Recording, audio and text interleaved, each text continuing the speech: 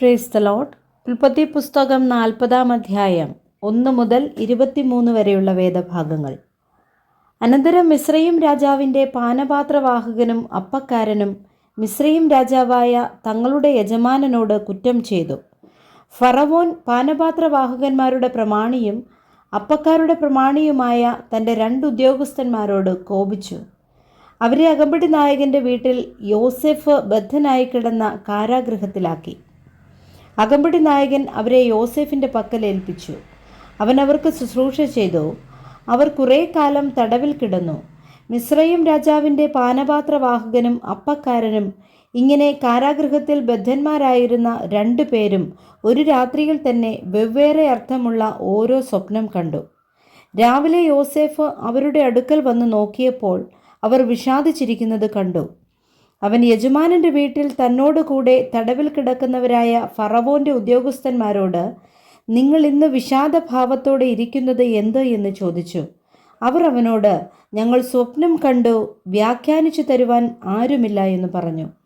യോസേഫ് അവരോട്, സ്വപ്നവ്യാഖ്യാനം ദൈവത്തിനുള്ളതല്ലയോ? അത് എന്നോട് പറവിൻ എന്ന് പറഞ്ഞു. അപ്പോൾ പാനപാത്രവാഹകന്മാരുടെ പ്രമാണി യോസേഫിനെ തൻ്റെ സ്വപ്നം അറിയിച്ചു പറഞ്ഞത്, എൻ്റെ സ്വപ്നത്തിൽ ഇതാ എൻ്റെ മുമ്പിൽ ഒരു മുന്തിരിവള്ളിയിൽ 3 കൊമ്പ്, അത് തളിർത്തു പൂത്തു, കുലകളിൽ മുന്തിരിങ്ങ പഴുത്തു. ഫറവോൻ്റെ പാനപാത്രം എൻ്റെ കയ്യിലുണ്ടായിരുന്നു. ഞാൻ മുന്തിരിപ്പഴം പറിച്ചു ഫറവോൻ്റെ പാനപാത്രത്തിൽ പിഴിഞ്ഞു. പാനപാത്രം ഫറവോൻ്റെ കയ്യിൽ കൊടുത്തു. യോസേഫ് അവനോട് പറഞ്ഞത്, അതിൻ്റെ അർത്ഥം ഇതാകുന്നു, 3 കൊമ്പ് 3 ദിവസം. 3 ദിവസത്തിനകം ഫറവോൻ നിന്നെ കടാക്ഷിച്ച് വീണ്ടും നിന്റെ സ്ഥാനത്ത് ആക്കും. നീ പാനപാത്രവാഹകനായി മുമ്പിലത്തെ പതിവ് പോലെ ഫറവോൻ്റെ കയ്യിൽ പാനപാത്രം കൊടുക്കും. എന്നാൽ നീ ശുഭമായിരിക്കുമ്പോൾ എന്നെ ഓർത്ത് എന്നോട് ദയ ചെയ്ത് ഫറവോനെ എൻ്റെ വസ്തുത ബോധിപ്പിച്ച് എന്നെ ഈ വീട്ടിൽ നിന്നും വിടുവിക്കണമേ. എന്നെ എബ്രായരുടെ ദേശത്തു നിന്ന് കട്ടുകൊണ്ടു പോന്നതാകുന്നു.